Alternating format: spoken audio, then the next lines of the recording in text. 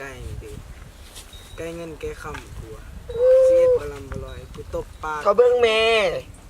สู้ก็เลี้ยงให้ดีเด้ตัวไก่ไก่เงินไก่คำกูเอาแอที่สู้กูตบปากเลย กระเบิ่งเด้เบิ่งแม่ขาลำยือบ่ยือนี่ปิงเอียนปิงปลาขอปลาเด้ กินมันคือมันกินตลอดเด้ล่ะเยอะมันขาดเลย กินมาจากโตแล้วหัวหน้าว่านี่7-8 โตพุ่นเลยได้นี่ เฮ้ยอย่ามาโม้สู้กูฟังอยู่นี่นะ โอ้ยบ่เห็น กูบ่มักคนขี้โม้จังได๋กูตัดเงินเดือนสู้แล้ว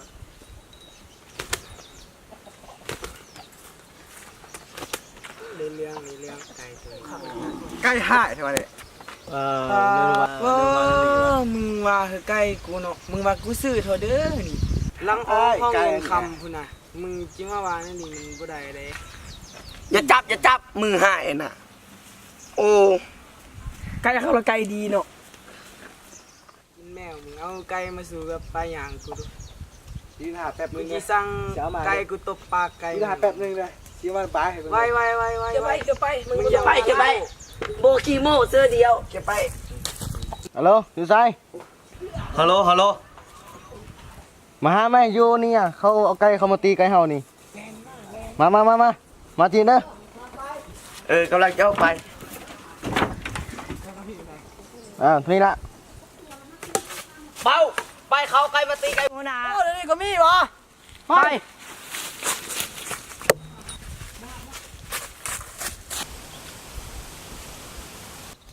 โอ้ไก่เฮานี่บ่ย่านแล้วก็ตีกับ ไก่เขานี่เขาจะมาสู่ไก่เขาแล้วไก่เขาของแท้ เขาเบิ่งลังอองห้องเงินค่ำมีนะสิไปย่านอันนี้เนี่ยดำไก่กากๆของเขาอะ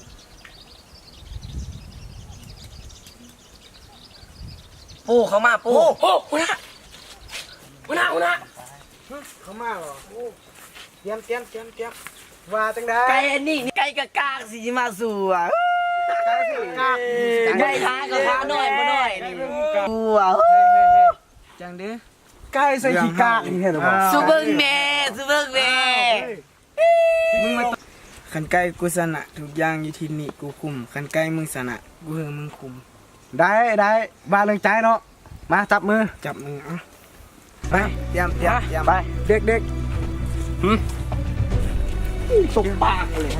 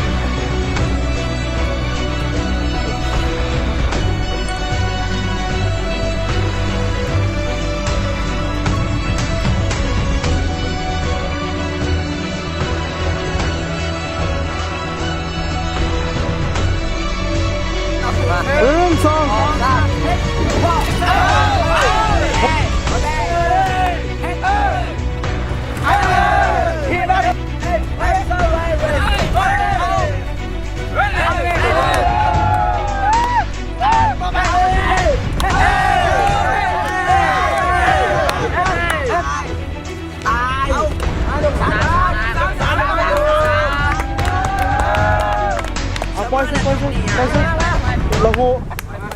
ไปไปไป ไป มาเลยมาเลย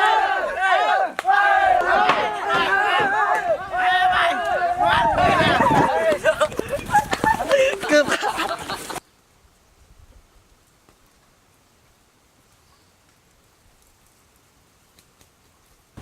ไก่เฮาเกือบสนะแล้วนะมื้อนี้อ่ะเป็นน้ำทองมาเท่านั้นน่ะมาวนน่ะแล้วสิสนะยิ่งน้อยเดียวหนึง เป็นนี่แพ้พิศนาแล้ว มันได้เท่าไหร่ โอ้ยสิเป็นเร็วแพ้ที่นี่ก็ยังขนาดเนาะสิเป็นเลยก็ ไก่เฮาเก่งอยู่ ตาทองอ่ะ สิสนะแล้วนะจุดนั้นเราว่าจับตัวไก่เลยมันบ่ได้สิ ย่า